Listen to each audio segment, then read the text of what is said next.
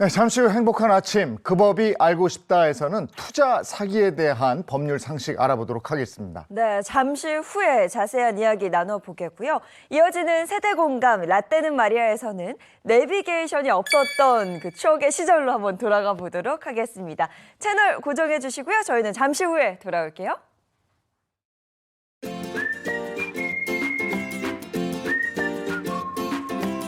안녕하십니까. 행복한 아침 이재용입니다. 안녕하세요. 정예인입니다. 새로운 한 주가 시작됐습니다. 오늘은 1월 15일 월요일이고요.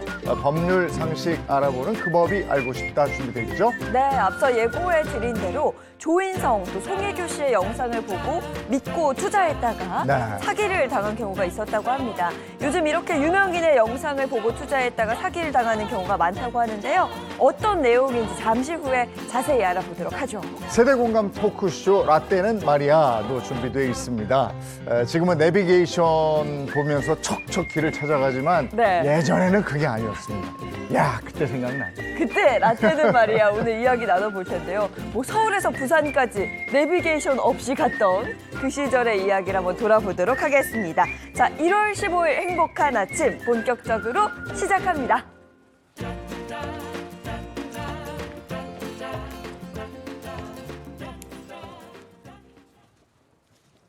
네, 화제 이슈를 발빠르게 전해드리는 모닝 브리핑 순서입니다. 허주연 변호사와 함께합니다. 어서 오세요. 안녕하세요. 안녕하세요. 네, 첫 번째 이슈부터 전해주시죠. 네, 경기도 지역 한 시청 조급 공무원이 허위로 출장 신청서를 제출하고 실제로는 식당과 카페를 돌아다닌 사진을 본인이 스스로 자기 SNS에 인증하는 사건이 벌어졌는데요. 문제는 이 인증 화면에는 동료들의 인적 사항뿐만 아니라 민원인 관련 서류까지 그대로 노출돼 있어서 논란이 더 커지고 있습니다. 근무 시간에 허위로 이 출장 신청을 낸 것도 모자라서 그 사진을 직접 SNS에 인증을 했습니다. 이게 어떻게 된 일일까요? 네, 지난 14일 SNS 온라인 커뮤니티 이런 곳에 퍼지게 된 글인데요. 경기도 한 시청 건축과에 소속돼 있는 A씨는 최근 자신의 SNS에 출장 신청서 화면을 촬영해서 올렸다고 합니다. 사진을 보시면 12일 금요일 아침 9시 59분부터 관내 출장을 가겠다라고 저렇게 신청한 사실을 확인을 할 수가 있는데요. 문제는 사진과 함께 올린 글입니다. 스스로 월급 루팡 중이라고 하면서 출장 신청 내고 주사님들과 밥 먹고 카페 갔다 동네 돌아다님이라고 쓴 거예요. 여기서 월급 루팡이라고 하는 것은 직장에서 특별히 하는 일 없이 월급만 타가는 직원을 비유적으로 이르는 말인데요. A씨가 SNS에 이렇게 올린 글로 미루어서 확인을 해보면 출장을 허위로 신청해서 출장비를 부당하게 받은 뒤에 개인적인 시간을 가진 것으로 충분히 추정해 볼 수 있는 대목입니다. 뿐만 아니라 맨날 회식이야 라면서 불만이 담긴 문구와 함께 팀 회식 안내문도 저렇게 공개를 했는데요. 이 안내문에는 보낸 사람과 받는 사람의 소속과 이름이 그대로 모자이크 처리 없이 노출이 된 상태였다고 하고요. 지금 게시물을 두고 논란이 불거지자 A씨는 돌연 자신의 SNS 계정을 삭제한 것으로 알려지고 있습니다. 근데 이와 비슷한 논란이 얼마 전에도 있지 않았습니까? 맞습니다. 작년 9월에 비슷한 논란이 있었죠. 광주 남구 행정복지센터에서 근무하는 이 8급 공무원 D씨가 휴일 초과 근무 사진과 함께 맥주를 마시는 맥주 캔 사진을 찍어서 자기 SNS에 올렸던 사건인데요. 네. D씨는 예산 내용과 관련 법령 등이 적힌 서류와 함께 저렇게 맥주 캔이 있는 사진을 SNS에 찍어 올린 겁니다. 결국 해당 기관 감사관실에서 D씨에 대한 감사에 착수를 했고 술병과 공문서가 찍힌 사진을 SNS에 공유한 행위가 품위 유지 의무를 위반했다 이렇게 보고 견책 처분을 내렸는데요. 근무 중 음주를 한 D씨는 음주 행위 자체가 그렇게 많이 심각한 상황은 아니다라는 점을 고려해서 이 경징계 처분을 받기는 했습니다만은 이번 사건은 좀 다를 수도 있을 것 같습니다. 월급 루팡 중 이렇게 글을 쓴 A씨 같은 경우에는 게시글 내용이 사실이라고 하면 허위 출장에 따른 근무지 이탈도 문제가 될 수 있고요. 더 큰 문제는 출장비 부당 수령 같은 것들도 충분히 문제가 될 수 있어서 단순 경징계 처분에 그치기는 어려워 보이고 경우에 따라서는 업무상 횡령죄도 성립할 수 있을 걸로 보여서 논란이 더 커지게 될 것이라는 생각이 듭니다. 이분들은 어떻게 판단해야 됩니까? 세상 물정 이렇게 모릅니까? 네. 공무원들 참 바쁜 분들 많던데 이런 분들이 SNS에 이렇게 올려버리면 네. 바쁜 공무원들은 허탈해지는 거거든요. 그 이게 다 한가한 줄 알 거 아닙니까, 그죠? 네. 이거 SNS 중독인가 봐 이분들. 아이고 참 뭐. 자, 다음 미션 해주시죠. 네, 지난 2022년 11월께 이 만취한 60대 남성을 대문 앞에 방치해서 사망하게 만든 경찰관 2명이 약식 기소 후 벌금형을 선고받고 최근에 또 경징계 처분을 받은 것으로 확인이 되고 있습니다. 네, 이 사건 기억이 납니다. 이 사건 이후 정부는 이 주치자 문제 해결을 위한 새로운 현장 매뉴얼을 내놓은 걸로 알고 있는데요. 우선 이 사건에 대한 내용 한번 다시 한번 짚어볼까요? 네, 사건 2022년 11월 30일 새벽으로 거슬러 올라가게 됩니다. 주치자가 있다는 신고를 받고 경찰이 출동을 했는데 새벽 1시 반쯤 이 술에 취한 60대 남성 C씨를 확인을 했습니다. 그리고 자택인 강북구 수유동으로 가서 이 다세대 주택 문 앞까지 데리고 갔는데요. 문제는 이 경찰들이 C씨가 집안까지 들어가는 것을 끝까지 확인을 하지 않고 그대로 그냥 문 앞에만 데려다주고 돌아온 겁니다. 이 C씨는 6시간 넘게 한파 속에 방치가 됐고 결국 아침 7시쯤 숨진 채로 발견이 됐었는데요. 당시 한파 경보가 발령돼서 이 최저 기온이 영하 8도를 기록하고 있었던 만큼 경찰은 C씨의 상태와 당시 기온 등을 근거로 해서 사망 예견 가능성이 충분했기 때문에 출동 경찰이 더 적극적인 구호 조치를 했어야 했고 이대로 방치한 것은 구호 조치 의무 위반이다라고 보고 업무상 과실치사 혐의로 A 경사와 B 경장을 검찰에 넘겼습니다. 당시 피해자 유족들이 처벌 불원서를 내기는 했지만 검찰은 2사람을 약식 기소했고 벌금형이 선고가 됐고요. 최근 또 경징계 처분까지 내려진 겁니다. 네, 이 사건 이후 주치자 보호 조치 매뉴얼 조금 달라진 걸로 알고 있는데요. 네. 어떤가요? 경찰의 현장 대응이 너무 부족했다는 지적이 이어졌습니다. 그래서 작년 5월에 주치자 보호 조치 매뉴얼이 새롭게 바뀌었는데요. 의식이 있다고 하더라도 정상적인 판단이나 이 의사 결정 능력이 없는 주치자는 소방 등 유관기관과의 공조를 통해서 응급의료센터 등 의료기관으로 옮기는 게 주요한 내용입니다. 그런데 문제는 주치자 관련 112 신고가 연평균 90만 건 안팎을 기록하지만 주치자 병상이 있는 의료시설이 전국에 49개 밖에 없다고 합니다. 특히 거의 1,000만 명 가까이 몰려있는 서울에는 4개 병원 14개 병실만 있는 상황입니다. 주치자. 그러니까 술 먹고 몸을 못 가누고 그냥 길거리에 나뒹굴어 있는 거 아니에요? 네. 널브러져 있는 상태. 이걸 얘기하는데 야, 이거 일단은 주치자 개인이 좀 이렇게 안 하려는 노력하셔야 되는 거고. 그럼요. 네. 그다음에 그 예방 차원에서 이게 어떤 봉변을 당할 수가 있으니까 112에 우리가 신고해서 대처하는 건데 네. 이게 양쪽이 다 접점을 찾아서 해결을 해야 되겠네요, 그죠? 일단 주치하시면 안 돼요. 술 취하고 왜 이렇게 길에. 자, 다음 미션 해주세요. 네, 전기차 특성상 이 가속도가 내연기관 차량보다 2배 정도 빠르다고 하는데요. 이러한 특성을 감안하지 않고 급출발과 급제동을 반복하는 일부 전기버스 시내 운전 기사들 때문에 이 승객들이 괴로움을 호소하고 있다고 합니다. 이 전기차의 특성이 분명 있습니다. 근데 그 특성을 고려하지 않고 급출발, 급제동을 하면서 승객들이 불편을 겪고 있는 거죠. 그렇습니다. 최근 시내 버스 중에 전기버스가 많이 보급이 네. 됐거든요. 그런데 일부 버스 운전기사의 난폭 운전으로 인해서 승객들이 괴로움을 호소하고 있다고 하는데요. 일부 승객들 탑승 후기를 살펴보면요. 전기 시내버스 50분 타고 내려서 구토를 했다라는 얘기도 있고요. 속도를 확 높였다가 확 줄이는 걸 단시간에 반복하니까 속이 너무 좋지 않았다라는 반응과 함께 급작스럽게 변하는 속도를 지적하는 글이 많았습니다. 버스가 급출발해서 서 있던 어르신이 손잡이를 잡고 있었는데도 고꾸라질 뻔했는데 퇴근길 만원 버스가 아니었으면 100% 넘어져서 다쳤을 것이다 이런 불편함을 호소하는 글들도 올라왔는데요. 가뜩이나 전기차는 가속도가 매우 빠른데 급출발 급제동을 반복하거나 회생 제동으로 인한 출렁거림이 반복된다면 실제로 멀미의 원인이 되기도 한다고 합니다. 회생 제동으로 인한 출렁거림? 이건 뭡니까? 말이 좀 어려운데요. 네. 회생제동이 일단 어떤 거냐면 전기차 모터는 평소에는 엔진 역할을 합니다. 그런데 엑셀러레이터에서 발을 떼거나 갑자기 급브레이크를 밟게 되면 모터 역할이 바로 발전기로 바뀌어서 제동하는 즉시 전기를 생산해서 배터리에 충전하게 되는 기능을 말하는 건데요. 이런 전기차의 회생제동 기능이 내연기관차보다 몇 배 더 강한 제동력을 갖게 만든다고 하고요. 그것 때문에 멀미가 유발될 수 있다고 합니다.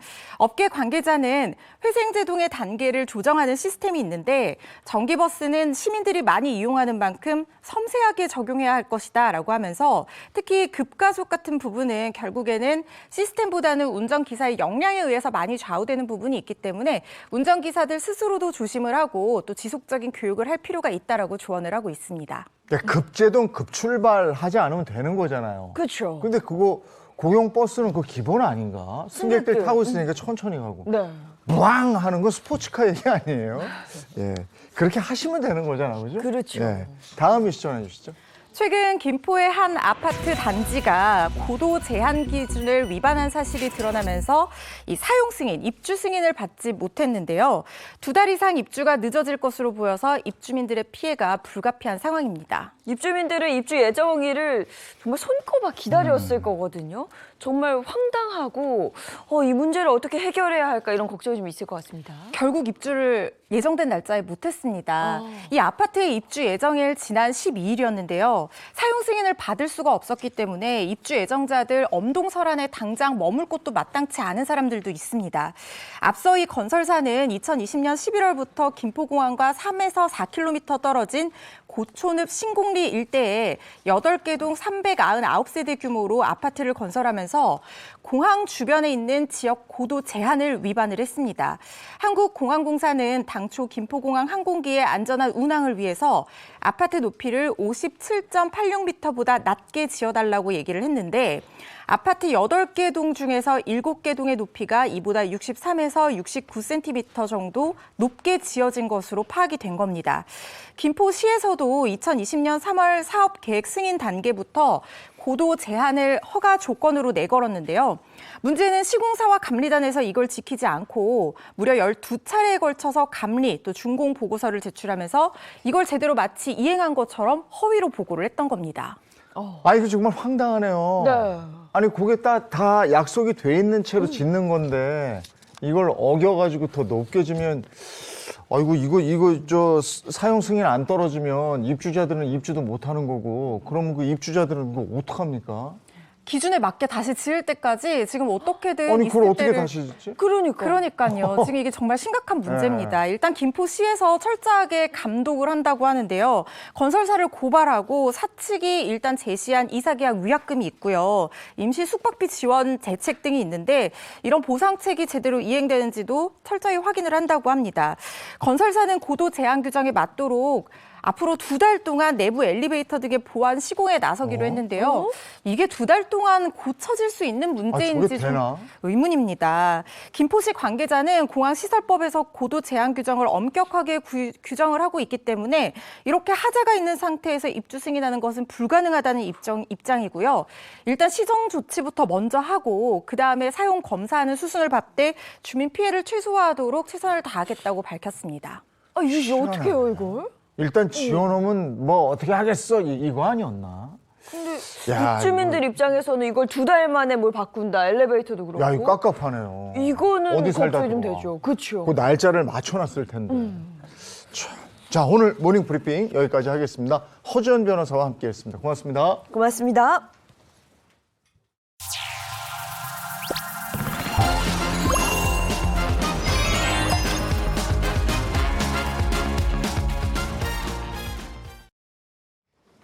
네, 이번에 자동차 관련 얘기 나누겠습니다. 방송인 박수림 씨 그리고 김재혁 기자입니다. 어서 오세요. 안녕하세요. 안녕하세요. 반갑습니다. 자, 지난주 이슈는 단연 CES 2024죠? 네, 맞습니다. CES 컨슈머 일렉트로닉 스토어의 약자로 미국 소비자기술협회가 주간에 매년 열리고 있는 세계 최대 규모의 가전제품 박람회인데요. 1967년 미국 뉴욕에서 처음으로 시작한 이후 지금까지 이어지면서 세계 가전업계의 흐름을 한눈에 볼 수 있는 권위 있는 행사로 자리매김을 했습니다. 네, 가전제품 박람회, 가전제품이란 말이에요. 근데 전 세계 이목이 여기 집중돼 있고 우리나라도 보면 기업뿐이 아니고 자치단체 또 학교까지 많이 참가를 했더군요. 네, CES는 2000년대 초반까지만 해도 가전제품 전시회로 진행됐으나 이후 첨단 IT 제품 소개장으로 성장해 매년 세계적인 IT 기업들이 총출동해서 그 해의 주력 제품들을 선보이고 있습니다. 이곳에서 참여해 주목을 받은 기업과 제품들은 증시에도 영향을 미칠 정도인데요. 한마디로 글로벌 최첨단 기술의 흐름과 미래를 엿볼 수 있는 곳이다라고 생각하시면 될 것 같고요. 그런 만큼 기업은 말할 것도 없고 관공서, 관련 학계 인사들, 학생들 모두 해마다 1월이 되면 CES가 열리는 미국 라스베이거스로 가는 겁니다. 특히 올해는 국내 기업들이 역대 최대 규모로 참가했습니다. 또 산업통상자원부, 중소벤처기업부, 서울시 등 통합한국관 참여기관 기업도 사상 최대라고 하고요. 야, 그럼 지난주에 라스베가스가 뭐 시끌시끌했겠네요. 그렇죠. 그 소리 못 들으셨죠? 시끌시끌한 거. 그 CS 2024에서는요, AI에서 하늘을 나는 자동차까지 미래의 우리 생활에 영향을 미칠 그 기술 트렌드들을 알아보기 위해서 박람회가 열렸습니다. 1월 9일부터 12일까지 나흘 동안 13만 명이 그곳을 찾았다고 합니다. 아. 근데 그거 아세요? 그 CS 2024의 네. 그 규모가 네. 여의도 면적의 7배 정도라고. 와. 엄청난 규모. 여의도 면적이 7배요? 엄청 크죠. 아니 예. 그러면 저 뭐 하루 이틀 가지고는 다 보지도 아유, 못하겠네요. 그렇죠. 안 되죠, 안 되죠. 며칠 동안 가 있어야 되겠어요. 근데 우리가 생각하는 그냥 가전 제품의 박람회 정도가 아니고 네네. 이제는 IT 그러니까 미래 전시장 이렇게 생각하면 될 것 같더라고요. 그러니까 젊은 친구들이 뭐 CS 이런 얘기 하잖아요. 그러면 이재용님하고 저 같은 사람들은 아 그거 그 라스베이거스에서 얼마 전에 열렸던 엄청난 규모의 그 여의도 면적의 그 7배 정도의 그 큰 거 그거 이렇게 가는 체 하면 돼. 아 그냥 그 정도? 우리는 그 정도. 뭔가 좀 트렌디해 보이고 약간 공부한 티가 살짝 나긴 하지만 그렇죠. 그래서 좋습니다. 자, 그럼 올해 어떤 기업들이 참가해서 주목을 받았을까요? 네, 세계 최대 가전정보 기술 전시회라고 불리는 CES지만 올해 CES 2024에서 핵심 볼거리는 바로 모빌리티였다고 해도 아하. 과언이 아닌데요. 모빌리티. 모빌리티, 사람과 사물의 이동을 편리하게 하는 데 기여하는 각종 서비스와 이동수단을 말하죠. 이 모빌리티 분야에 전체 참가 기업 3,500여 개 가운데 약 10%에 이르는 300여 개 기업이 출사표를 던졌습니다. 일각에서는 오토쇼를 방불케 하는 기술의 향연이라고 평가했는데요. 글로벌 빅테크 기업인 A사는 운전자와 소통하며 비서 역할을 하는 생성형 인공지능이 큰 호응을 얻었고요. 독일의 세계적인 차 브랜드죠. B사에서는 증강현실 AR 글라스를 내놨습니다. 이 증강현실 AR 글라스는 경로 안내, 위험 경고, 충전소 정보, 주차 지원 시각화 등 각종 정보가 실제 환경으로 증강현실로 통합돼 운전자의 눈앞에 펼쳐진다고 하네요. 아 그러니까 앞으로 자동차가 이런 식으로 발전해 나갈 것이다 이걸 보여주는 거죠. 그렇죠. 자, 국내차 기업 중에는요, H그룹이 국제축구연맹이 규정한 국제 경기 규격의 축구장 한 곳의 크기 맞먹는 그런 전시 부스를 마련했습니다. 무엇보다도 실제 크기의 도시명 항공 이동수단의 실물을 공개해서 크게 주목받았습니다. 그러니까 K사는요, 특수한 목적에 따라 모습을 바꾸는 그 미래형 모빌리티 PBB를 선보였습니다. PBV 이거 또 아는 척 해야 되는데 자세히 좀 그렇죠. 알려주세요. 앞으로 네. 그 미래 자동차 시대하면 PBB를 빼놓을 수가 없죠. PBB라는 건 필요에 따라서 버스가 됐다가 이동식 식당이 됐다가 또 병원도 됐다가 하는 식으로 실내 디자인과 실내 공간을 유연하게 바꿀 수 있는 모빌리티를 말합니다. 와 이거 자유자재네요. 그렇죠. K사는 앞으로요 PBB가 미래 사회 곳곳에서 활용될 것이고 또 해마다 33% 정도 성장해서 2025년에는 130만 대 달할 것으로 전망했습니다. 이번 CES에서 K사는요 중형, 대형, 소형으로 이어지는 PBB 라인업 구축에서 완전한 맞춤화 제작 등을 골자로 하는 이 단계별 PBB 로드맵을 공개해서 주목받았습니다. 이외에도 중공업에 특화된 H사에서 출시한 그 4.5m 크기의 육중한 무인 굴착기가 관람객들의 발길을 사로잡았습니다. 그 운전석이 없는 무인 굴착기는요, 레이더 센서와 주변을 모니터링하는 시스템으로 주변 장애물을 인식하고 스스로 안전하게 작업할 수 있다고 합니다. 야, 지금 영상 보는데 놀랍습니다. 이제 굴착기도 무인 시대가 머지않은 거죠. 그렇죠. 근데 저게 진짜 만화에서 봤던 로봇 같이 생겼네요. 네네. 그러니까 CES에 보면 저런 CES 전시됐던 것들이 곧 상용화가 돼서 거리에서 우리가 볼 수 있게 되더라고요. 네. 그러니까 커피에서 그냥 아니 저 차를 운전하는 게 아니고 운전하게 하고 그렇죠. 나는 커피도 마시고 게임도 하고 친구들하고 전화하고 뭐 이런 게 되는 거예요, 차 안에서. 집에서 하면 되지. 굳이 차에서 운전하면서 하실 필요는 없잖아요. 아니 여기서 부산까지 갈 때 5시간 그렇지, 동안 그렇지. 뭐해. 편하게 할 수 있다 이거죠. 예. 자, 이번 CES 2024에서 도시명 항공이동수단의 실물이 공개돼서 큰 주목을 받았습니다. 이게 H사의 미국 AAM 법인 S사가요. 하늘을 나는 자동차 AAM의 디자인을 공개하고 실제 크기의 기체도 전시했습니다. 그러니까 이걸 보려고 부스 밖에 줄이 엄청나게 많이 섰다고 하는데 참고로 S사의 AAM은요. 수직 이착륙이 가능한 항공기라고 합니다. 이야, 수직으로 이착륙이 가능하다는 거예요? 뷰. 그러니까 그죠? 이해하기 쉽게 말해서 하늘을 나는 차, 그러니까 비행 택시 이렇게 말씀드리면 이해하기 좀 쉬울까요? 이 항공기는요. 최대 500m 상공에서 시속 200km 날아다니는 것을 목표로 하고 있습니다. 이게 상용화 시기가 2028년 정도로 보고 있다고 하네요. 아니 2028년 지금이 얼마 안 남았어. 2024년이에요. 얼마 안 4년 남은 거예요. 네. 그럼 도시에 막 이렇게 자동차가 날아다니는 거 우리가 볼 수 있는 거예요? 그렇죠. 그러니까 H사의 미국 AAM 법인 S사가 공개한 이 도시명 항공기가요. 조종사 포함해서 5명이 탑승 가능합니다. 그러니까 도심위를 쉴 새 없이 비행해야 하는 점을 고려해서 기체 작동할 때 발생하는 그 소음도 최소화할 계획을 세우고 있다고 합니다. 네. 이게 이제 하늘 날 거라고 4년 후면. 아니 놀라워요. 네. 헬리콥터는 사실 굉장히 시끄럽거든요. 다다다다다다다 하잖아요. 근데 이게 또 소음도 줄인다고 하니까 이게 정말 상용화된다면 4년 후에는 뭐 지금과는 정말 상상할 수 없는 도시 풍경이 있지 않을까 그런 아직 생각 들어요. 풀어야 할 과제가 많긴 합니다. 네. 현재 기체 가격은 약 40억 원에 이르고 있는데요. 이 도시명 이동생활수단으로 삼기에는 조금 경제성이 높다고는 할 수 없죠. 이 신기술 체험을 즐기는 고소득 이 고객층을 빼면 일상생활 수단으로 자리 잡기에는 시간이 조금 걸릴 수밖에 없어 보입니다. 아하. 또 제반 인프라도 형성이 돼야 하고요. 네. 어렸을 때 그 하늘을 나는 택시 정말 많이 그렸었거든요. 그렇죠. 와, 이제 볼 날이 머지 않았다니 정말 기대가 됩니다. 이외에도 CES 2024 주목해야 할 것들 뭐가 있을까요? 이번 CES 2024에서는 수소가 다시 재각광을 받았습니다. 아, 수소는 정말 친환경 차세대 차 뭐 이렇게 주목되다가 전기차에 좀 밀린 듯한 밀렸죠. 분위기가 네. 있는데 주변에 어. 수소차 타시는 분들도 있는데 좋긴 좋은데 네. 여기 충전할 수 있는 곳이 없다 이런 얘기 많이 맞아, 들었거든요. 맞습니다. 네. 또 이뿐만이 아니죠. 이 수소는 경제성이 좀 떨어진다는 이유로 인프라 확충도 더뎌서 수소차 성장에 제약이 따랐던 게 사실입니다. 그런데 이번 CES 2024에서는 수소에 대한 논의가 다시 불붙었습니다. 그 논의를 이끈 건 국내 H사와 S사였습니다. 네, 수소 에너지는 정말 청정 에너지고 이 에너지를 잘 사용하면 어디서나 쓸 수 있을 텐데 그렇죠. 이렇게 개척을 하겠다는 거군요. 네, 먼저 H사는요, 우리나라가 세계에서 가장 빠르게 수소 사회로 전환하는 국가 중 하나가 될 수 있는 토대를 마련하기 위해 장기 비전을 내놨습니다. 이 모든 기술적 진보는 인류 삶을 더 풍요롭게 만들기 위한 것으로 청정수소가 모두를 위해 모든 것의 에너지로 쓰이며 어디에서나 활용 가능하도록 수소 사회 실현을 앞당기겠다고 밝힌 겁니다. 먼저 수소 생산 관련 다양한 기술을 개발 중이라고 밝혔습니다.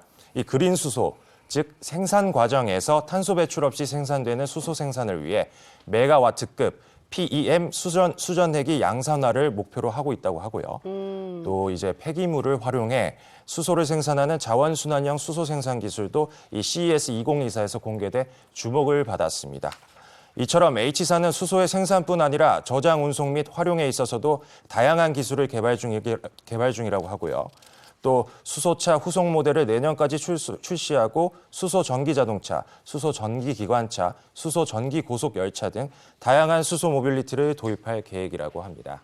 네, CES를 통해서 미래 자동차를 한번 미리 볼 수 있었고요. 우리 생활도 한번 생활의 변화를 엿볼 수 있었습니다. 여기까지 자동차 얘기였고요. 이번엔 우리 주변에서 일어나는 사건, 사고를 법의 관점으로 풀어보겠습니다. 그 법이 알고 싶다.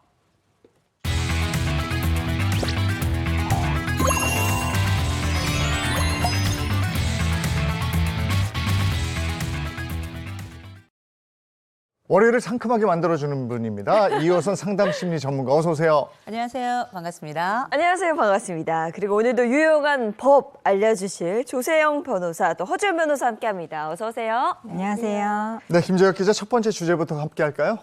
네, 첫 번째 주제는요. 조인성, 송혜교 보고 투자했는데입니다. 자, 조인성, 송혜교 씨를 보고 투자를 했는데 하고 말줄임표가 있어요. 이게 뭔가 심상치 않은데 앞서 예고를 해드린 대로 사기와 관련된 거죠. 네, 그렇습니다. 작년 주식시장에서 2차 전지 투자 열풍이 뜨거웠죠. 네. 당시 2차 전지 투자 열풍으로 이끌며 이른바 배터리 아저씨로 알려진 피 작가를 혹시 아십니까? 알죠, 알죠. 알죠. 너무 유명하죠. 알죠, 알죠. 네, 투자에 조금이라도 관심 있으신 분들이라면 피 작가 많이들 아실 텐데요. 이 피 작가가 나오는 너튜브 광고가 있습니다. 광고를 보면 승률 99%의 투자 방법을 알려주겠다며 깨톡 친구로 추가하도록 권유를 했다고 하는데요. 아, 근데 뭔가 이거 이상하거든요. 승률 99%. 승률 99%인데. A가 안 사요. 안 믿어. 믿어요. 아니 근데 워낙에 이 아저씨가 배터리 아저씨로 유명한 아저씨이기 때문에 야 혹시 이러고 혹해서 들어갈 수도 있는 거니까. 네. 네. 네. 근데요. 영상을 보죠. 보면요. 네. 먼저 깨톡 친구로 추가하면 피 작가가 글을 통해 주식 투자 정보를 주겠다며 엔사 밴드에 가입을 유도합니다. 네, 그러니까 일단 광고를 보고 깨톡 친구 추가를 하면 그 다음 이제 투자밴드 가입을 유도하네요. 가입 코드를 보내주겠다고 하면서 뭔가 그럴듯하게 네. 당신에게만 알려준다. 당신에게만. 당신에게만 이 투자 정보를 공개하겠다. 뭐 이런 느낌을 좀 주는 것 같습니다. 근데 여기까지는 뭐 돈이 드는 건 아니었잖아요. 네. 그리고 그렇죠. 워낙에 유명한 아저씨였기 때문에 글쎄 한번 해볼까? 뭐 이런 사람들도 좀 있었을 것 같고 말이죠. 네, 맞습니다. 이렇게 SNS 밴드까지 가입하면요. 비서라는 닉네임을 쓰는 사람이 나타나서 피 작가가 자산을 크게 불려줄 거라며 투자를 적극적으로 유도합니다. 투자자들도 처음부터 선뜻 투자에 나선 건 아닌데요. 네네. 이 배터리 아저씨 피 작가를 언급한 연예인 영상을 보고 혹할 수밖에 없었다는 겁니다. 제가 봤더니 네. 조인성 씨와 송혜교 씨가 그 영상에 나와서 피 작가님께 감사하다. 어머머. 피 작가님의 어린이 재단 기금회 개최를 축하한다. 뭐 이런 내용들이더라고요. 이게 의심하고 보면 아닌 것 같거든요. 근데 조인성 씨네? 송혜교 씨까지 이렇게 나와버리면 그럼 당연히 믿음이 가죠. 맞아요. 이런 생각이 들면서 어르신들이라면 더더욱 그렇게 되잖아요. 네. 냅다 하게 되죠. 조인성 씨가 하면 저도 할 겁니다. 그 송혜교 씨가 한다 전 더 할 겁니다. 이런 생각을 다른 사람들도 할 만한 게 그 영상을 보면 조인성 씨가 배터리 아저씨 좋아하는구나. 송혜교 씨도 배터리 아저씨 좋아하는구나. 믿고 갈 수 있지 않겠나 이런 생각을 가질 수밖에 없는 거거든요. 맞아요. 저는 뭐 이런 생각 누구나 가질 수 있다고 생각해서 위험하다고 봅니다. 네, 맞습니다. 그래서 한 투자자는요. 네. 송혜교, 조인성 씨의 인터뷰 영상을 보고 5번에 걸쳐 대통장 추정 계좌에 6,300여만 원을 순금한 후에야 사기임을 인지했다고 합니다. 이분 외에도 자식 돈까지 끌어모아 1억 원을 송금했다는 피해자도 있고요. 집담보대출까지 받아 투자를 했다는 피해자도 어떡해. 속출하고 있는 상황입니다. 아니 이게 이제 사기인 것 같은데 네. 그러면 조인성 씨, 송혜교 씨 영상은 어떻게 된 그치, 겁니까? 맞아. 이게 합성 뭐 만들어낸 설마 거예요? 뭘까요? 네, 맞습니다. 딥페이크 영상입니다. 웬일이야. 딥페이크 요즘 정말 많이 문제가 되고 있고 저도 많이 들어봤는데 일단 딥페이크가 뭔지 한번 정리를 해주세요. 네. 네, 딥페이크란요. 인공지능 기술을 활용해 합성 콘텐츠를 만드는 기술을 말합니다. 당연히 조인성 씨, 송혜교 씨 그리고 피 작가와는 전혀 무관한 일이었고요. 피 작가님도 SNS를 전혀 하지 않는다고 몸서리를 그렇구나. 이게 완전히 그러니까 기술이 발전하니까 웬일이야. 기술 사기가 일어나는 맞아. 거네요. 아니 이분들 입장에서는 조인성 씨, 송혜교 씨 그 피 작가 셋 다 얼마나 억울하겠어요. 지금 그쵸. 보면 나도 아닌데 가짜 영상이 나와서 마치 나인 듯 행세를 한 거 아니에요. 그렇지. 진짜 억울하겠어요. 맞습니다. 피 작가는 타매체와의 인터뷰에서 본인은 SNS를 일절하지 않는다고 본인을 사칭한 사기에 유의해달라고 당부까지 예. 네, 저 그럼 6,300만 원을 입금한 이 사기 피해자는 있는 건데 그렇다면 대체 누가 이런 짓을 한 걸까요? 궁금해요. 네, 확인 결과 이 광고 업체는요. 중국 사기 조직의 소행으로 의심되는데요. 아이고야. 이 피 작가 외에도 존리와 황현희 씨 등 유명인 사칭 광고를 계속하고 있어서 조속한 수사가 필요해 보입니다. 이거 어떻게 해야 됩니까? 그러니까 이게 저 피 작가 송혜교, 조인성 씨도 피해자인데요. 네. 이거 믿고 투자 실체가 없어 버려요. 근데 저도 이런 영상 본 적 있어요. 그 요즘에 그 요식업으로 유명하신 백모 씨가 나와서 뭔가 종목을 추천해 주시길래 나도 봤어. 어머 이거 뭐야 하고 클릭했어요. 네. 근데 이거 보니까 그 요즘에 유행하는 딥페이크 영상으로 이렇게 사기 영상을 불특정 다수가 볼 수 있는데 이렇게 그냥 보여주는구나, 노출을 시켜버리는구나 이런 생각이 들더라고요. 아주 전형적인 사기 범죄인데 요즘에 정말 많더라고요. 근데 딥페이크라는 신기술이 사용됐지만 전형적인 사기 수법이다 이거죠. 그렇죠. 이 딥페이크라는 이 신기술을 기망 수단으로 이용한 사기 범죄다 이렇게 생각하시면 됩니다. 네. 뭐 사기를 당했다고 하면 형사적으로 내가 사기 당했다 이렇게 고소하고 그리고 뭐 유죄 판결을 받거나 해서 아니면 그 형사 절차 진행 과정 중에 합의를 하거나 아니면 민사상 손해배상 청구를 통해서 내 피해를 회복하면 되는 것인데 이 사건 문제는요 중국 조직의 소행이라는 거예요. 이렇게 외국에 이 범인이 있어버리면 이거는 정말 현실적으로 이 피해를 회복받는다는 게 너무나 어렵습니다. 일단 고소를 한다고 하더라도 외국에 범인이 있기 때문에 이 사람들 잡기도 너무 어렵고요. 어찌저찌 범인을 잡는다고 하더라도 이 사람들한테 결국에는 민사상 손해배상 청구 등을 통해서 피해 재산을 회복해야 되는데 설령 우리나라에서 이런 거 절차까지 다 진행해서 승소를 했다고 하더라도 이 사람들 중국 어디에 재산이 있는지 어떻게 알아서 이걸 그럼, 집행을 맞아요. 합니까? 그러니까 사실 현실적으로는 그냥 당하지 않는 게 최선이고요. 정말 꼭 당했기 때문에 뭔가 내가 대응을 하고 싶다라고 하면 피해자들을 모아서 좀 합심해서 대응하시는 것이 그나마 좀 나을 것 같은데 그래도 이게 현실적으로 피해 복은 굉장히 쉽지 않습니다. 야, 현실적으로 피해 구제를 받기가 쉽지 않다. 이거 참 답답한데요. 더 큰 문제는 최근 이런 딥페이크 범죄가 굉장히 많이 증가하고 있다면서요. 맞습니다. 이제 영상을 2개 준비를 했는데요. 함께 보시죠. 안녕하세요. 이거. AI 윤석열입니다. 윤석열 후보와 똑같아. 너무 닮아 이게 지난 놀라셨습니다. 대선에서 활용된 맞아요. 딥페이크 정치권 최초로 기술인데요. 만들어진 생김새와 목소리가 AI 그냥 뭐 윤석열은 윤석열 대통령이 실제로 윤석열 나와서 후보와 얘기하는 거랑 네. 똑같죠. 젊어 보이시긴 해요. 대한민국의 감쪽 같아요. 근데 미래와 저렇게 우리가 알고 있는 사람인데도 우리가 봐도 이게 병아리 감별해서 쉽겠어요. 이것도 맞아요. 너무 똑같잖아요. 이거 전혀 구별이 안 되는데 이거 어르신들이라면 뭐 당할 수 없어. 그 임용웅 씨가 나왔다고 생각해 보세요. 그냥 막 여러 넘어가는 가지. 거예요. 그러니까요. 이 각별히 주의가 필요한 게요. 이런 인사드리고자 딥페이크 이 자리에 영상이 섰습니다. 저렇게 지금 뭐 이재명 대표라든가 윤석열 대통령이라든가 이런 유명 인사에만 국한되는 게 아니에요. 최근에는요. 일반인들을 겨냥한 이 딥페이크 신종 피싱까지 또 유행을 하고 있다고 합니다. 실제로 법률사무소에 이 딥페이크 관련 영상으로 피해를 봤다는 상담이 굉장히 증가를 하고 있어요. 아니 그럼 누구나 다 당할 수 있다는 건데 일반인 딥페이크 영상이 있어요? 있다고 합니다. 이게 딥페이크 영상 만드는 게 굉장히 복잡하고 기술적으로 어려운 문제가 아니고요. 네. 조금만 컴퓨터를 능숙하게 다룰 줄 알면 이걸 쉽게 만들어낸다고 해요. 큰일이네. 그런데 요즘에는 SNS 활동 다들 하시잖아요. 그러니까 개인이 올린 영상이나 사진 같은 것들, 이 소스라고 하잖아요.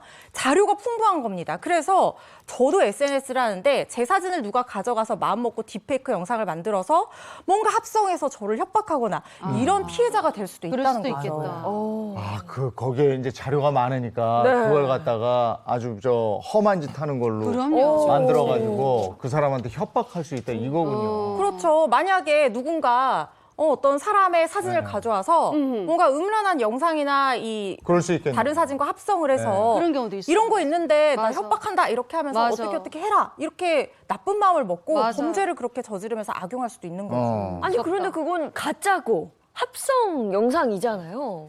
가짜 같기도 한데 보면은 진짜 같이 우리가 깜빡 속을만 그래. 하잖아요. 맞아, 그런 거 많죠. 그리고 그게 설령 가짜라고 하더라도 이런 게 한번 유포돼 버리면 그 피해자들의 피해는 정말 맞아. 회복하기가 맞아. 어렵습니다. 그리고 네 남자친구가 너 몰래 찍은 영상을 갖고 있다. 이렇게 협박을 한다고 하면 어머 나도 모르는 사이에 이런 피해를 당한 것은 아닌가? 그 두려움을 사실 이용하는 거거든요. 그러니까 겁이 날 수밖에 없고 범죄 피해자가 될 수밖에 없는 거죠. 네.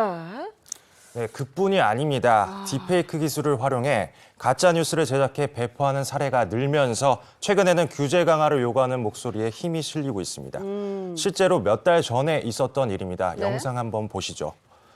네, 작년 7월 러시아 국경 지역에서는 푸틴 러시아 대통령의 계엄령 선포 연설이 담긴 영상이 방송됐습니다.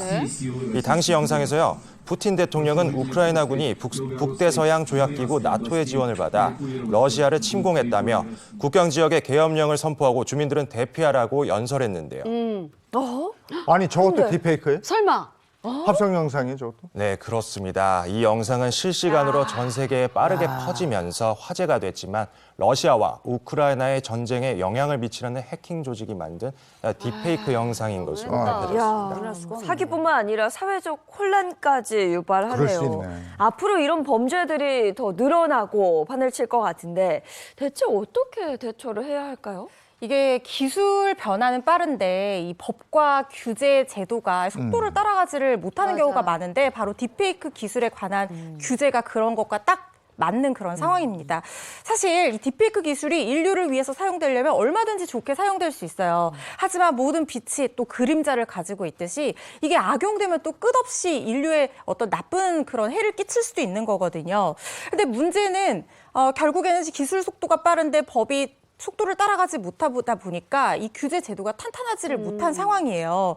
물론 지금은 업무방해, 명예훼손, 뭐 음성권, 투상권 침해, 그리고 아까처럼 성적 목적이 있다고 하면 성폭법 위반 이런 것들로 경우에 따라서 처벌할 수 있는 상황이 생기기는 하는데 이 법망을 교묘하게 피해가는 가짜 뉴스라든가 가짜 영상 이런 것들을 직접적으로 규제할 수 있는 어떤 근거나 예방 제도들이 마련되어 있지 않은 것이 현실이거든요. 이게 비단 우리나라 문제뿐만 아니라 전 세계적으로 이게 굉장히 화두입니다. 그래서 작년에는 중국 또 올해는 EU가 이 직접적으로 규제하는 어떤 제도들, 법령들을 만들고 있거든요.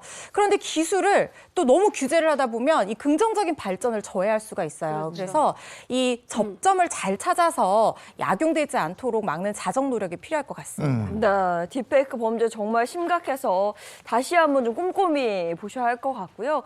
그리고 앞서 이제 뭐 허준 변호사도 이야기를 했지만 유명인이 나와서 투자를 권유한다. 이거 의심해 보시고 또 99% 뭐 당신에게만 알려주는 쏘습니다. 그런 건 세상에 없습니다. 네. 아니, 이 딥페이크 영상이 개인뿐이 아니고 지금 사기에 이용이 되고 네. 그다음에 사회 혼란을 야기할 수도 있겠어요. 그리고 선거철에는 이거 기승을 부리면 안 되니까 네네. 이 대비 철저히 해야 되겠다 싶은 생각이 듭니다. 자, 다음 주제로 가겠습니다. 김재혁 기자, 다음 주제는요? 네, 두 번째 주제는 처자식 두고 내연녀와 미국 간 아버지 390억 남기고 사망했다입니다. 내연녀와 미국을 간 아버지라면 이 자식을 버리고 갔다는 얘기거든요. 이거 구체적으로 어떻게 되는 건지, 이 돈은 어떻게 될까요? 자, 이해를 돕기 위해서 꽁트로 준비해봤습니다. 사망하면서 390억 원을 남긴 아버지 역할 이재용 님이 하시고 첫째 딸 역할 장혜인 씨, 둘째 딸 역할을 제가 하겠습니다. 딸이 바뀌었어, 첫째, 둘째가. 아무튼 이 사연 온라인 게시물을 바탕으로 재구성했습니다. 사연 속으로 고고! 저에게는 애증의 아버지가 있습니다. 아버지는 1968년 어머니와 결혼해 아들 하나, 딸 둘을 낳았습니다. 저는 그중에 맏딸이고요. 경제적으로 풍요롭진 않았지만 그래도 행복했습니다. 문제는 아버지가 사업으로 큰 돈을 번 후에 생겼어요. 얘들아, 너희들은 이 사랑이 뭐라고 생각하니? 아빠, 갑자기 웬 사랑? 사랑은 엄마가 아빠를, 또 아빠가 엄마를 사랑하는 거? 그렇지. 그런데 아빠가 말이다. 진짜 사랑하는 사람이 생겼어. 응? 진짜 사랑하는 사람? 아니 아빠, 그럼 우리는 가짜 사랑이야? 너희들은 아직 어려서 사랑을 모르겠지만 말이다. 그래서 아빠를 이해하기는 좀 어렵겠지만 아빠에게는 그 아줌마가 너무 소중해. 아줌마? 아빠를 좀 이해해다오. 너희들도 크면 말이야. 분명히 이 아빠를 이해할 날이 올 거야. 엄마는 아니 아빠, 나는 그렇게 아빠는 초등학교, 중학교 한참 엄마 아빠의 사랑이 필요한 시기 자식들을 버리고 그놈의 사랑 찾아 내연녀와 미국으로 호련히 떠났습니다. 이 일로 충격받은 엄마는 병을 얻으셔서 몇 년 뒤에 돌아가셨고요. 그렇게 평생을 미워하던 아버지의 사망 소식을 들은 건 28년이 지난 2022년 어느 날이었습니다. 아니, 아빠가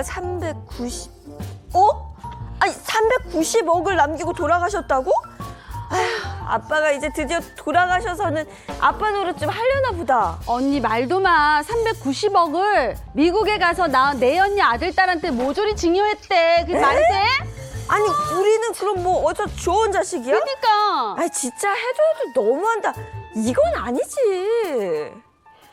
알고 보니 아버지는 한국에서 일군 재산의 대부분을 처분해 당시 약 150억 원의 돈을 미국으로 가져갔고 그곳에서 대형 쇼핑센터 건물을 구입해 더 많은 부를 축적했다고 합니다. 그리고 내연녀 사이에 아들 하나, 딸 하나를 낳았고 2022년 10월 사망하면서 전 재산을 미국에 있는 아들과 딸에게 증여했다고 합니다. 이렇게 정말 아버지 유산을 단 1원도 받지 못하는 걸까요? 누가 좀 알려주세요. 와, 너무했다. 이거 아버지 이건 아니죠. 아버지 나빠요. 아버지는 나빠요. 한국에 있는 아들, 딸 진짜 이거 자식도 아닙니까? 아니, 한국에 있는 아들, 딸 자식한테 뭘 남겨놔야지 한 푼도 안 남기고 아버지는 나빠요. 이거는 한번 정리를 해봐야 될 것 같아요. 한국에 있는 자녀들에게 아무것도 남기지 않고 미국에서 낳은 자식들에게만 재산을 다 상속했습니다. 네, 쉽게 말해서 사업으로 큰 돈을 번 아버지가 그동안 번 돈을 모두 모아 내연녀와 함께 미국으로 떠나버렸다는 이야기입니다. 아버지는 미국에서도 한국에서 가져간 돈을 미천 삼아 큰 돈을 벌었고요. 2022년 돌아가실 당시 무려 390억 원대의 재산을 축적했는데 그 재산을 미국에서 내연녀와 사이에 낳은 아들과 딸에게만 증여한 겁니다. 이 소식을 뒤늦게 접한 한국에 있는 자녀들이 아버지가 남긴 재산에 대해 소유권을 주장하고 나선 거고요.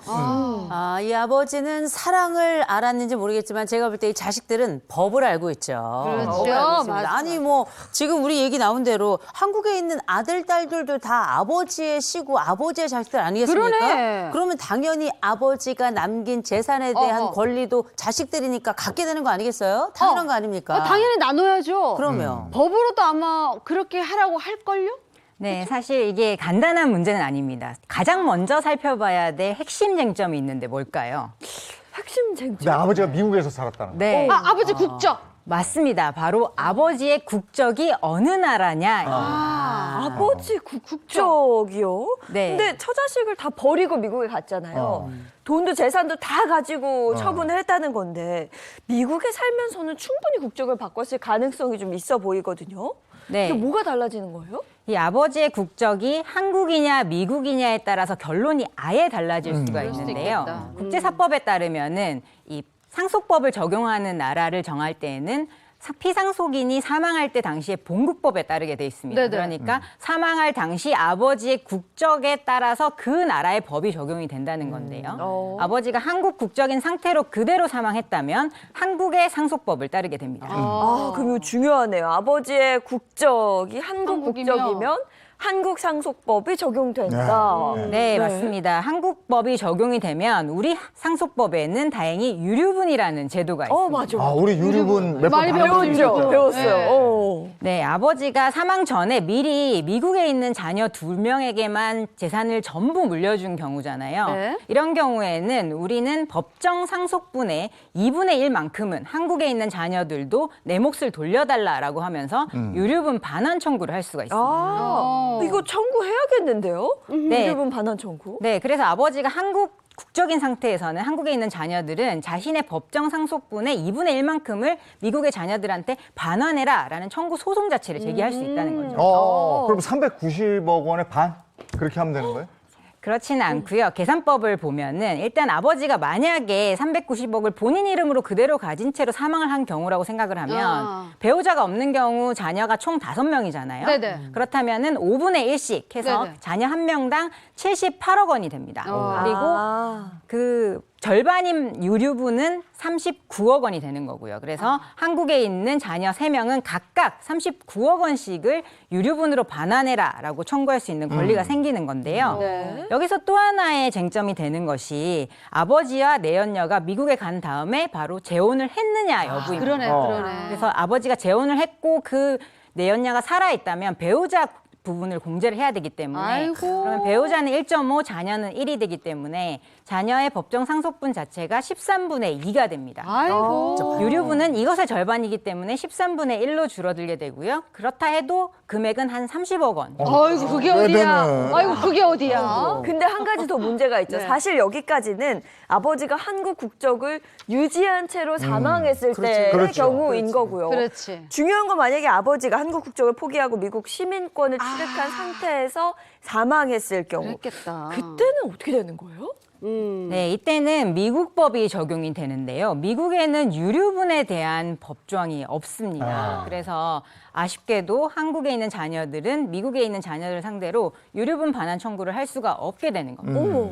아버지가 미국 국적을 만약에 이렇게 취득했으면 전혀 한 푼도 못 받는 거예요? 네, 너무 아쉽게도 미국은 물론 각 주마다 적용 법조가 좀 다르기는 한데요. 네. 유류분에 관해서는 정하고 있지 그렇구나. 않습니다. 따라서 한국에 있는 자녀들은 한 푼도 청구를 못하는 상황에 처해질 수가 있습니다. 근데 이런 분들을 보면 한국 국적은 포기하지 않더라고. 미국 그래요? 가서 뭐 영주권이나 시민권을 얻더라도 이중 국적자로 살아가고 이러지 않아요? 이중 국적이면 이중 국적이면 문제는 달라지는 거 아니에요? 그렇게. 네, 사망한 아버지가 이중 국적자일 경우에는 국제사법에 따라서 한국법을 본국법으로 볼 수가 있습니다. 아. 이런 경우에는 앞서 말씀드린 바와 같이 유류분 청구가 가능합니다. 네, 아버지가 한국 국적을 가지고 있냐 없느냐에 따라서 이 유류분 반환 청구 소송이 가능하냐 마냐의 네. 문제다. 오늘 또 하나 배웠습니다. 그래요. 네. 이분이 지금 어떤 나 너무 컨디션인지는 이거 모르고 끝나야 되는 거예요? 너무 궁금해. 너무 네, 궁금해. 진짜 다음 주 이 시간에 다음 주 이 시간에. 아니 우리 작가 선생님 이거 국적이 모르는 거죠? 너무 궁금해. 궁금합니다. 아 우리 시청자분들도 궁금해하실 텐데. 내가 알아볼게요. 제가 한번 알아보세요. 알아보겠습니다. 제가 뭐 찾는 건 아, 요거 아니니까. 궁금하네. 찾아보겠습니다. 미국 국적인지 한국 국적인지 이중 국적인지 네, 거기에 따라 달라집니다. 그 법이 알고 싶다. 여기까지 하겠습니다. 고맙습니다. 고맙습니다. 네.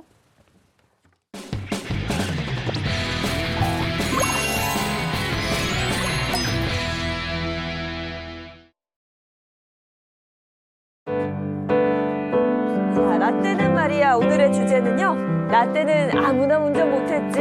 내비게이션 없이 전국 지도 보던 시절입니다. 70m 앞 우회전입니다.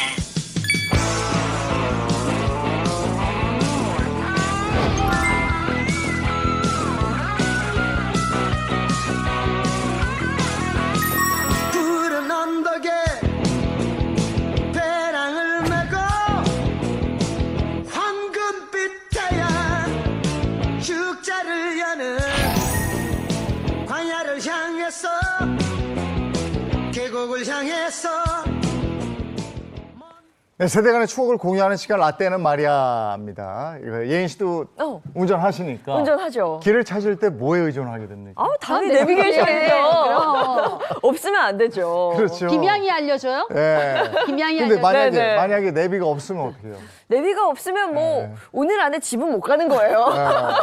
아예 출발을 안 하게 되죠. 그렇죠. 네. 아우 예전에 진짜 서울에서 부산까지 내비 없던 시절에 그때는 어떻게 갔을까 이렇게 생각해 본 적 있어요? 맞습니다. 근데 저는 사실 면허를 취득하는 그 순간부터 내비게이션이 있었거든요. 면허 취득할 때도 내비를 봅니까? 저는 있었어요. 그러니까 그 당시에 제가 운전할 때는 있었는데 네. 사실 어렸을 때 경험은 있어요. 아버지가 지도 보시던 모습이 경험은 있는데 네. 지금으로서 정말 상상도 못할 모습이죠. 근데 여기서는 우리 세 사람만 알겠네 그러니까. 우리 아이고 슬퍼라. 네. 아이고 슬퍼라. 왜 알지? 우리 셋만 자, 알아. 뭘 보고 갔을까? 하나, 둘, 셋. 지도, 이거지. 지도, 지도입니다. 이런 거죠, 이런 거. 네, 진짜 전국 오랜만에 관광지도. 봤어요. 네, 이런 거 보고 다녔어요. 네네. 아유, 추억 돋네. 다 보셨었잖아요. 관련 추억도 지도들. 또 어떻게 이게 구했? 거의 한 2000년대 초반까지도 이거 보면서 다녔을걸요? 그럼요. 이거? 그러니까 그쵸? 운전하기 전에 전날에 갈 곳을 표시해 미리 봐야 돼. 맞아, 미리 맞아. 봐야 돼. 미리 이거 일일이 찾아가면서 어떻게 갈지 도상 분석했죠. 그 안에도 크게 펼쳐지는 것도 있잖아요. 네. 여기 우리나라 보면 접어가지고. 요 책에 이렇게 피면 이게 이렇게 접혀져 있어. 지금 여기는 없는데 그래서 그거 이렇게 쫙 쫙 펼치면 우리나라 이렇게. 전체가 나오죠. 그리고 그때는 이거 고속도로 휴게소 가면 이거 기본적으로 깔려 있고요. 맞아요. 그다음에 그 옆에 요거 새로 나온 게 있으면 그거 하나 끼워줘서 고속도로 메들리 짜잔 짜잔 짠 짜잔 짜잔 짠 하는 거. 진짜 옛날 사람이네. 아니. 이정리 그렇게 안 봤는데. 옛날에는 보험 같은 거 들면 이거 책 반드시 줬었거든요. 맞아요. 조그만 것도 있고 이 옛날 책이 얘기다. 당시 가격이 12,000원이었네. 그때 당시 가격이. 네. 오. 많이 만- 그러면 이거 당시 정가. 무시 못할 가격이죠. 정가 나오네 12,000원. 네.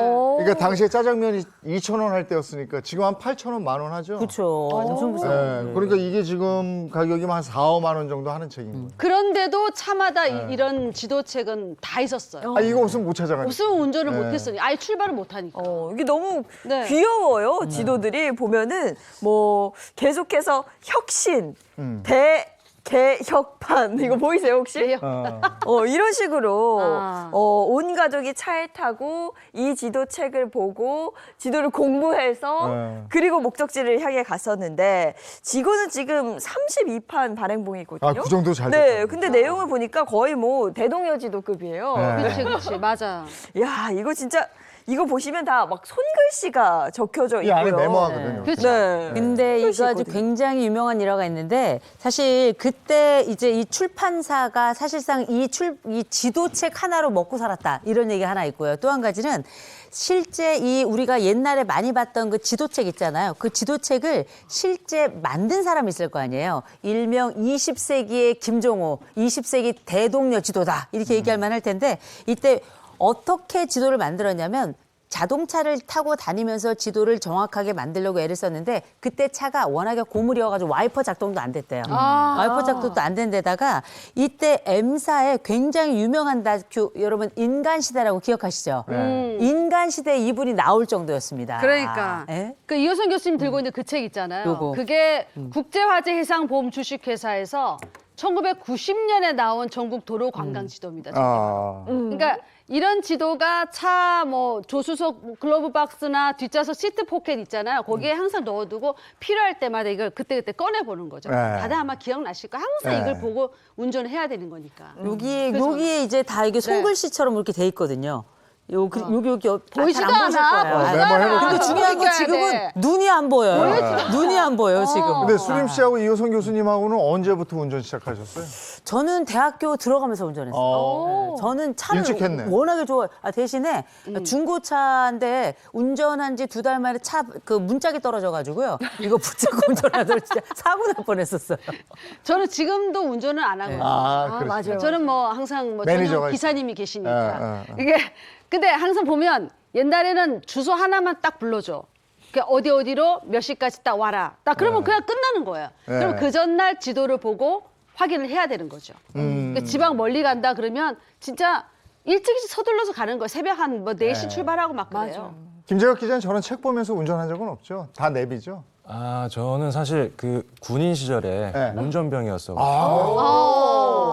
그래요? 이게 국도에 이제 안 나오고 이제 지도에 이렇게 안 나오는 그러니까 내비에 안 나오는 부분이 있어서 네. 지도를 이제 찾아서 그래요? 그렇게 했었어요? 같은 맞아. 세대네. 아, 좀 다르다고 할 수 있는. 아니 운전병이면 그렇게 해야지. 그렇죠. 찾아서 가야 되니까. 근데 그 당시 시간이 얼마나 걸리는지는 아무도 몰라요. 몰랐죠. 진짜 아무도 몰라. 그러니까 초행길 간다 그러면 무조건 일찍 출발하는 거예요. 그 당시에는 뭐 약속 시간에 늦은 사람은 거의 없을 정도예요. 다 일찍 서두르니까. 근데 미리미리 출발해서 약속 시간 늦진 않는데 그 당시에는 매니저의 아주 중요한 능력 중에 하나가 지도 보고 길 찾기 능력이에요. 그 당시 매니저들이 지도 번호, 도로 번호 이거 웬만하면 다 외우고 다녔죠. 야. 근데 그때는 길이 많지 않았어요. 아, 지금은 그렇죠? 진짜 하나, 도로가 하나 막 이렇게. 퍽퍽하게 정말 온몸에 있는 많이 뚫려 혈관처럼 있죠. 구석구석 모세혈관처럼 돼 있지만 옛날에는 사실 지도에 나오지 않는 길이 더 많았잖아요. 비포장도로 엄청나게 많고 맞죠. 네. 그리고 표지판 틀린 것도 엄청나고 많고 그랬었는데 조선시대에는 일명 여성의 3종 지도가 있었다 그러잖아요. 20세기에도 3종 지도가 있었습니다. 잘 아시죠? 전국 지도, 그리고 세계 지도, 그리고 서울 지도. 이렇게 세 가지가 일명 3종 지도. 진짜? 제가 만든 얘기예요. 근데 그때 당시에는 뭐 워낙에 지도 자체가 많지 않았기 때문에 일단 내가 차를 산다. 그러면 무조건 우리가 제일 먼저 이 사람한테 어떤 선물을 할 것인가 고민하잖아요. 아주 정해져 있었습니다. 지도책. 최신판 지도책. 최신판이 붙어야 돼. 이게 이제 굉장히 좋은 선물로 왔다 갔다 했고 제가 보여드린 요거 국제화재해상 보험 주식회사 해상이 요것도 아니고요. 해상입니다. 예, 죄송합니다. 해상. 해상. 네. 근데 요게 그때 당시에 굉장히 뭐 보험회사에서 줬지만 요거를 받아가지고 다른 사람한테 선물 주는 거 이것도 굉장히 유행이었다 그래요. 맞아요. 네. 아니 예전에 어디 가려고 그러면 그 전날부터 이 지도책 가지고 꼼꼼히 메모하고 네. 찾고 맞아, 이랬어요. 근데 그랬어요. 사실은 맞아요. 서울에서 부산 가는 건 쉬웠어요. 고속도로 타고 가면 되는 거야. 오. 근데 국도 타고 갈 때요. 태안반도 같은 데 한번 여행 가려면요. 예전에 굉장히 힘들었어요. 힘들죠. 서산 당진 이쪽이 길이 꼬불꼬불이었어요. 맞아요. 지금은 서해안 고속도로 쫙 뚫려 맞아, 있죠. 맞아. 예전에 이거 한번 찾아가려면 길 가다가 몇 번씩 세워가지고 어디로 가요? 이거 물어야 돼요. 이거 했어요. 항상 물어야 돼. 아, 저는 어. 뭐 요즘 내비게이션을 봐도 막 이렇게 나들목 같은 데는 잘 못 나가는 경우도 있거든요. 맞아요. 그때는 어떻게 지도를 보고 그게 가능했나 정말 놀라워요. 거의 항법사 수준의 그 옆에서 조수석에 타고 있는 분은 이게 계속 보고 있는 거야. 안일 해놓고. 경우가 큰데 네. 계속 보면서. 자 여기서 여기서. 내가 그때 메모해놓은 거 잘 봐. 가. 어디로 가? 어디로 가? 어디로 아, 왼쪽이요. 왼쪽. 아니잖아. 차 세워놓고 싸우고. 아니, 그러니까 큰 도로 같은 경우는 톨게이트에서 빠져서 어디까지는 가, 천안까지는 가서 거기까지 어떻게 간다. 그건 나와 있잖아요, 지도책에. 근데 거기 들어가서 이제 꼬불꼬불 갈 때는 무조건 지나가는 사람 붙들어야 돼. 국도가 어려웠다. 그러니까 아저씨, 아줌마 부르면 안 돼. 선생님, 죄송하지만요. 이렇게 물어봐야 되잖아요. 네. 그 저기 그 울중 웅촌면이 어디? 아, 여 가서 여자 가서 왼쪽으로 가서 쭉 가서 왼쪽으로 가. 네. 아, 예. 가서 왼쪽, 저자 가. 그 사람들은 당연히 알죠. 우리가 어떻게 알아? 아, 일단은 직진할까? 직진 말고 쭉 가. 아, 그게 직진이 쭉이죠. 그냥 가, 일단 가. 가면 어디야, 어딘지 어떻게 알아? 물어 가야 되는 거죠. 계속 물어봐야 돼. 창문을 다 이렇게 돌려서 열어서 물어봤어야 그렇지. 되잖아요. 계속 돌려야 돼. 그런데 어쨌든 옆에 조수석에 사람이 네. 타고 있으면 얼마나 좋아요. 자, 그래서 저희가 길 안내할 때 내비게이션이 없던 시절의 비화를 한번 준비해봤습니다. 아우. 여러분 이제 퀴즈 나갈 텐데 여러분도 한번 풀어보시기 바랍니다. 자, 퀴즈 나갑니다. 자, 내비게이션이 없던 시절 지도와 함께 운전자에게 중요했던 이것은 무엇일까요? 자, 이것과 지도만 있으면 길 찾아가는데 문제 없었습니다. 운전자는 이것 네모는 무엇일까요? 이거 저는 그 어린 시절의 기억을 더듬어 보면 교통방송을 들으셨던 기억이 나요. 엄마는 지도 펴고 라디오는 교통방송. 교통방송 아닐까요? 그게 정답이겠네요. 아니 근데 이거는 디테일한 길을 찾아주진 않지. 아니, 교통방송이 그래요. 그러니까 어느 나들목에서 사고가 났다 통신원 여러분들이 제보를 계속 주거든요. 그러니까 실시간으로 어디가 사고 났다, 어느 부분이 지금 뭐 공사 진행 중이다 이런 걸 계속 방송을 안내하니까 교통방송일 것 같아요. 아 이건 막힌 길을 찾아가는 거지 길을 알려주진 않잖아요. 근데 그때는 아, 그러네. 뭐 함께 가는 아, 저녁길, 가로수를 누비며 네, 그런 거 있었죠. 이런 맞아요. 예. 네. 그런 방송 혹시 기억납니까? 들은 기억이 납니까, 김 기자는? 저는 방송을 들은 적은 없는데 네. 제가 이 퀴즈에 어떤 답변을 생각을 해봤는데 답을 네. 알고. 오. 이 조수석에 앉은 사람이 아닐까. 이 지도에 이제 같이 봐주면서 앞에 길을 좀 알려주는 사람이 있어야. 항법사 같은. 근데 김 기자는 굉장히 진지하네요, 지금. 뭐 그렇게 진지한 내용은 아닌 것 같은데 굉장히 심각해요, 지금. 아, 그렇지 아니 이게 않을까? 답을 가죠. 답이 뭐예요? 아, 이게 사실 네. 뭐 우리가 뭐 살아가면서 여러 가지 그 알고 있는 요소들이 많이 있습니다만 답을 제가 좀 말씀드려야 될 것 같아요. 제가 할게요. 아, 네. 뭐야? 그러니까 교통방송과 표지판이 후보로 네. 나왔는데 네. 정답은 정답은? 내비게이션이 없던 시절 운전자는 교통 표지판과 지도를 표지판. 보고 길을 그렇지, 찾았다. 표지판. 교통 표지판이 네. 정답이었습니다. 근데 이게 저희 아버지가 알려주신 방법이 있어요. 네. 머릿속에 동서남북을 그리래요. 동서남북을 딱 그리고 그 다음번에 표지판을 보고 대충 찾아가면 나온대요. 아, 여보세요. 무조건 동서남북. 이게 왜냐면 옛날에 군인들이 썼던 방법이래요. 동서남북 가려가지고 그 방향으로 찾아가면 어쨌든 길이 나온다 하고 뭐 바다가 나온다 이런 식으로. 그래서 저희 아버지의 말씀을 따라서 그렇게 했다가 길 많이 잃었습니다. 그러니까 아니, 운전병이 근데- 알겠네. 진짜 그렇게 갔어요? 네, 그렇게 갔었는데. 아니 근데 운전병은 그 자기 구역 내의 길은 꿰뚫고 있어야 돼요. 다 외우고 있어요. 안 그러면 큰일 나. 표지판이 잘 안 근데 되죠. 문제는 표지판인데 이 표지판이 예전에는 네. 제대로 안 돼 있는 경우도 있었어요. 그럼 이게 말이 돼요? 그럼 어떻게 가라는 거예요? 그러니까 표지판? 일단 아까 얘기한 대로 창문 열고 공사한 태도로 물어봐야 돼. 저 길 좀 물어보겠습니다. 네, 어르신, 뭐 선생님. 이렇게. 아니면 무슨 가게 같은 데 있으면 차 잠깐 세워놓고 뛰어갔다 와야 돼. 아이스 깨끼라도 하나 먹으면서 근데 여기서 이렇게 했는데 길이 안 나오면 어떻게 가야 돼요? 이러면 친절한 분들은 좀 알려주시죠. 근데 그때는 너나 할 것 없이 다 길을 모르니까 그래도 낯선 지역에 갔다 그러면 옛날에 또 인심이 좋았어요. 그러면 쫙 돌려가지고 저기 길 어떻게 가냐고 옆에 차 같은 경우 이렇게 빵빵 누르면 이렇게 막 열면 그쪽에서 또 창문을 팍 열어줘요. 그러면 이제 서로 어디로 가냐 그러면 손짓 발짓 해가면서 뭐 직진해가지고 뭐 우회전해서 좌회전해 결국은 못 찾아가는데 그래도 굉장히 친절했죠. 네. 근데 이게 남자 운전자들 예? 동고집이 있어요. 지금 안 물어봐. 절대 안 물어보죠. 한번 옆에 있는 아내가 좀 물어봐서 가면 되지 않냐. 화를 내는 거야. 이재훈님 물어보세요. 뭐. 저도 잘 안 물어보죠. 우리 남편도 잘 안 물어보더라. 잘 안 물어보게 그 돼요. 운전하면서 동승자랑 좀 많이 다퉜을 것 같은데요. 아니 그럼 뭐 그렇게 되죠. 내비 말도 안 듣는데 뭐 옆에 있는 사람 말 듣겠습니까? 절대 안 듣죠. 그러니까 아니 오죽하면 내비 나온 다음에는 남자는 딱 그 두 사람인가 세 사람 말만 잘 들으면 된다고. 세 사람 말이구나. 네. 엄마 아내 내비게이션. 그렇죠. 여자 목소리로 나오니까. 근데 지금이야 뭐 그렇지만 그때 당시에는 이리로 가라 저리로 가라 이 길이 맞다 저 길이 맞다 아는 사람 뭐 먼저 말하는 사람 목소리 큰 사람 이기는 거 아니에요? 그게 차 속에서 부부가 서로 이 길이 맞다 저 길이 맞다 하다가 이제 싸우기 시작하는 거죠. 그럴 것 같으면 그렇게 잘하면 네가 운전하지 그러냐. 맞아. 그럴 거 잔소리할 것 같으면 너 내려라 말아라 이런 얘기들 때문에 고속도로 중간에 내리는 분 많았습니다. 그럼요. 아니 근데 지역에 가서 길 정확히 알려주시는 분은 뭐니 해도 그 지역의 택시기사. 그렇지. 그다음에 화물차 운전자, 그렇지. 뭐 버스 기사 이런 네네. 분들한테 여쭤보면 알려주시죠. 예. 그렇죠. 길 여쭤보면 그래 기사분들 그래요. 저 트럭 운전하시는 분 따라와 이래 저 따라와 그러면서 비상등 켜고 막 가셔. 그럼 따라가면 돼요. 그렇게 친절하신 분들 근데 계세요. 지금이야 네. 저 택시 기사분들도 우리하고 똑같이 내비게이션 보고 다니더라고요. 네. 근데 그 당시에는 택시 기사분들은 내비게이션 없이도 아유 그럼요. 어쩜 그렇게 소로까지 손바닥에. 우리 네. 김 기자하고 마찬가지로 척척 찾아갔어요. 예. 그 런던 같은 데는 워낙에 길이 복잡해가지고 런던 운전기사들은 일반 운전 사는 사람들보다 훨씬 더 지능이 높다는 얘기가 있거든요. 옛날 우리나라 택시 운전기사들 제가 볼 때 그 기사님들도 머리가 좋았을 것 같아요.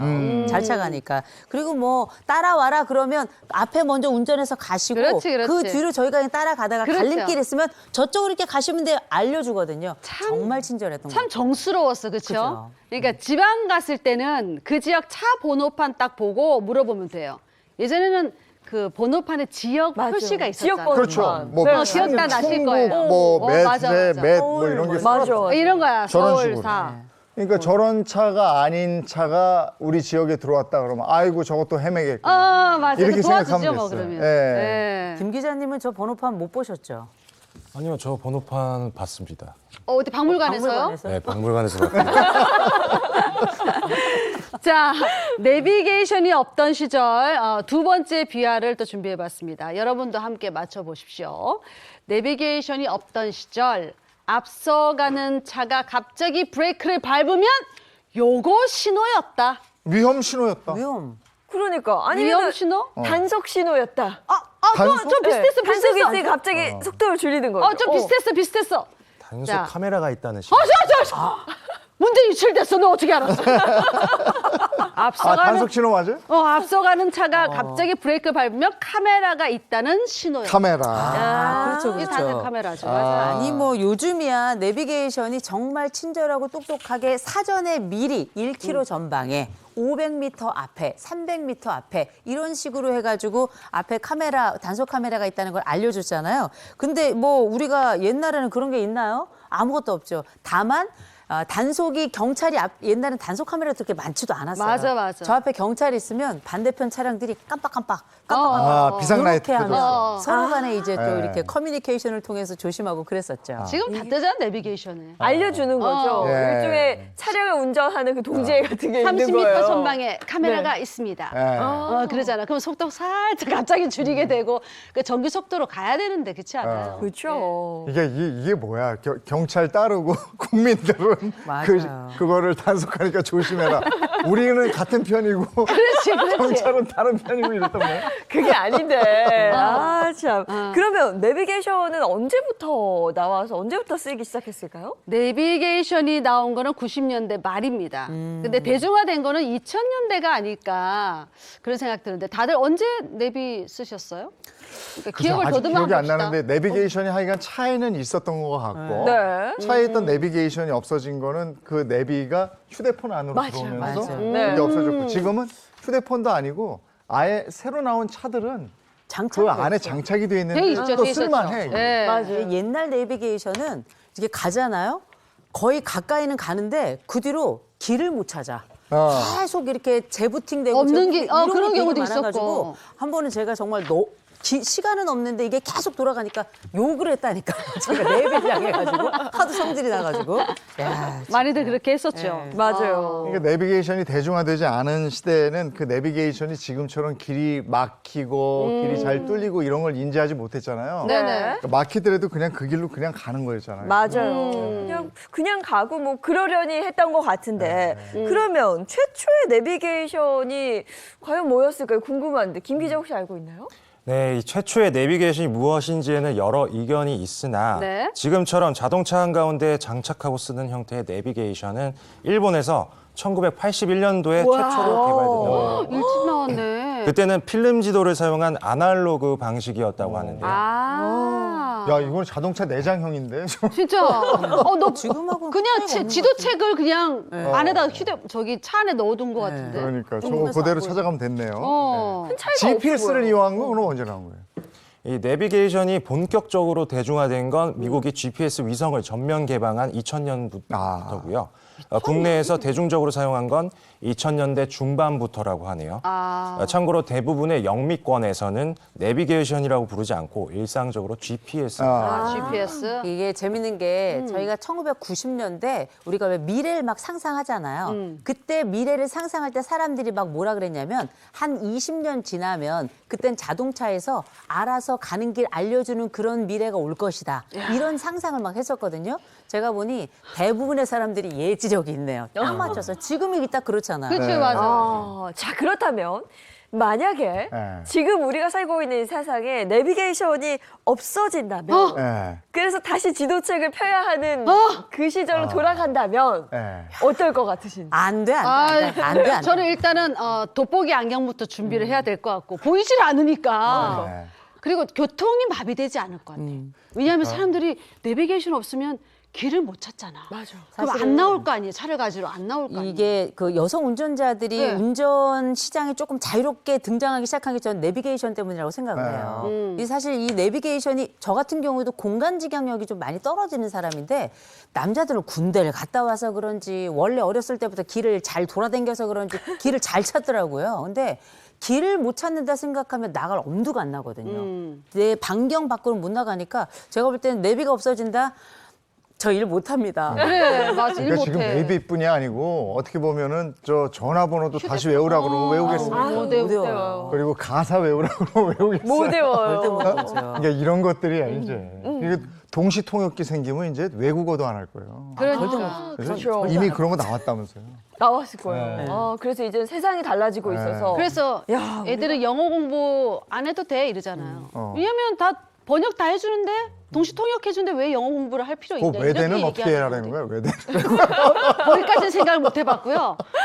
세상이 너무 편해졌어. 네. 달라지셨어요. 아, 근데 진짜 일주일 안에 내비가 올스톱이 됐다. 왜냐하면 GPS가 망가질 수도 있는 거잖아요. 그죠? 위성이. 세상이 어떻게 될지는 잘 모르겠는데 분명한 건 세상은 점점 편해지긴 하는데 그러면 뇌는 확실히 덜 쓰게 되는 것 같고 약간 의존성이 높아지다 보니까 사실 나에 가지고 있는 능력 자체를 확산하는 건 좀 줄어드는 건 확실한 것 같아요. 그래서 치매와 관련된 우리가 여러 준비를 할 때 왜 더하기 빼기 같은 곱하기 나누기 같은 사칙현상 같은 거 치매 예방 훈련으로 많이 하거든요. 그렇죠. 우리가 기계도 좋지만 사실 자발적으로 기계 도움 없이 살아가는 것도 한번 훈련해 볼 필요가 있을 것 같습니다. 예, 오늘 라떼는 말이야 내비 얘기하면서 예전에 우리가 즐겨 쓰던 관광 지도까지 참 오랜만에 보게 됐습니다. 따단 따단 딴 따단 따단 딴 그건 아직도 하잖아.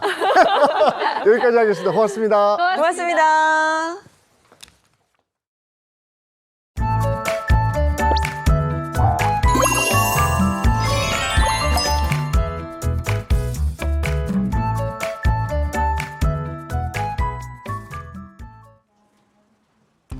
안녕하세요. 마지연입니다. 오늘 아침 반짝 추위가 찾아왔습니다. 현재 서울은 영하 6.5도, 체감온도는 영하 10도 아래로 떨어져 있는데요. 네, 경기와 강원 내륙에는 한파특보도 내려졌습니다. 나가실 때 옷차림 든든히 해주시기 바랍니다. 오늘 출근길에는 도로가 미끄럽겠습니다. 어제 내린 눈비로 빙판길이 만들어진 곳이 많은데요. 차량 운행하시는 분들은 반드시 서행 운전해주시고요. 또 보행자분들도 주머니에 손을 넣지 않고 이동하시는 게 좋겠습니다. 오늘 전국 하늘 맑게 드러나 있습니다. 대기질도 깨끗하겠는데요. 한낮에는 서울 1도, 대전 4도, 대구는 6도 예상되고요. 기온은 영상권에 들겠지만 체감온도는 영하권에 머무는 곳이 많겠습니다.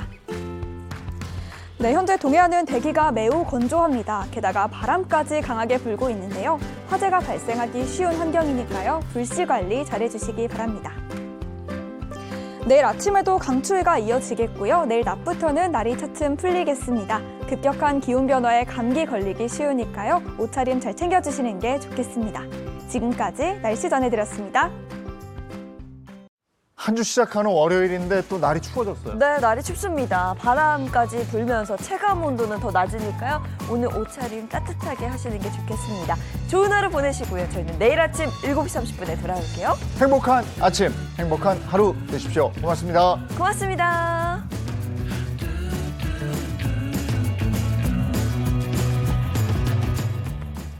채널 A